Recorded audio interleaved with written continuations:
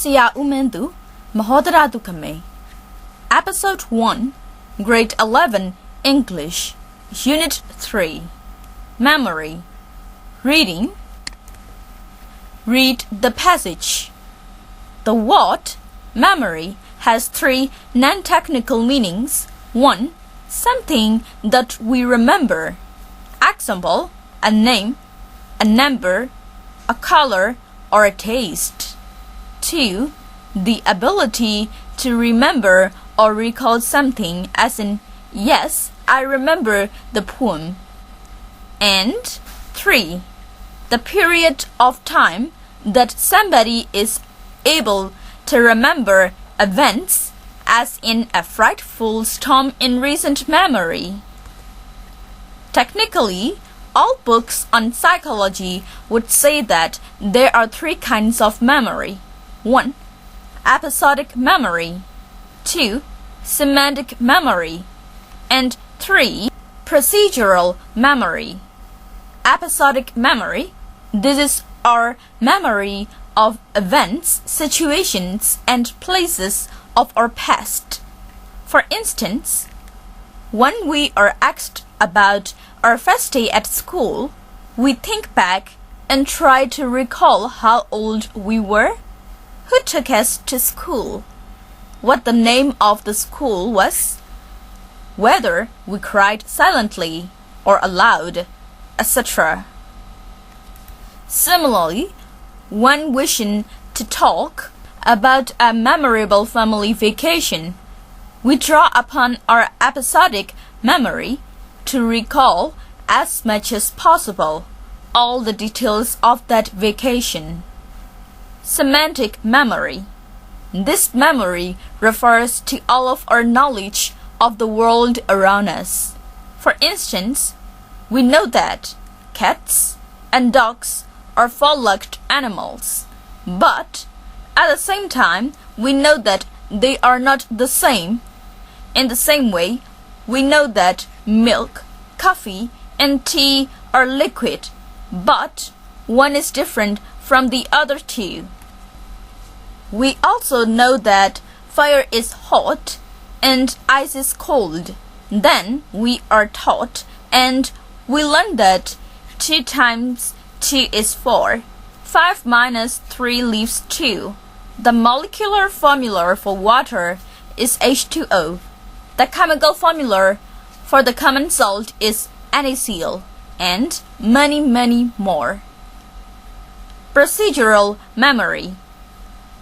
This memory helps us perform skills such as riding a bicycle or driving a car, playing the guitar or the piano, playing tennis, badminton, golf, soccer, etc. And baking a cake or arranging flowers. In most cases, we just do not forget as we tend to in episodic or semantic memory.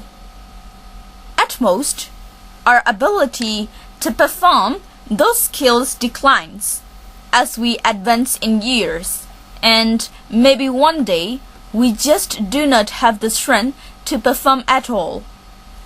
Books on psychology also point out that there are short-term memory and long-term memory. For instance, when we are following a lecture, we store the incoming information in our short-term memory as we jot down notes as fast as we can. Then, when we can find time later, we go over our notes, link up the points, and memorize them to store the information in our long-term memory. The diagram below should help you understand better the notions of short-term memory and long-term memory. Information, sensory memory, fleeting, snapshots of sight and sounds. Attention, working memory equal to short-term memory. Temporary storage and processing of information.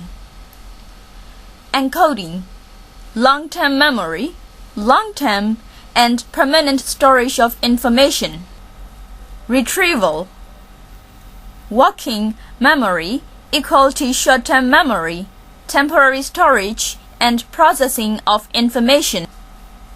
Encoding, long-term memory, long-term and permanent storage of information.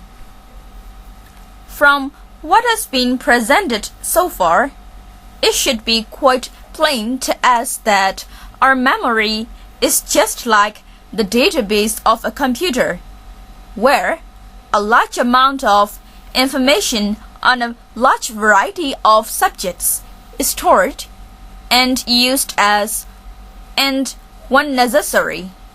Without a database, the computer is useless.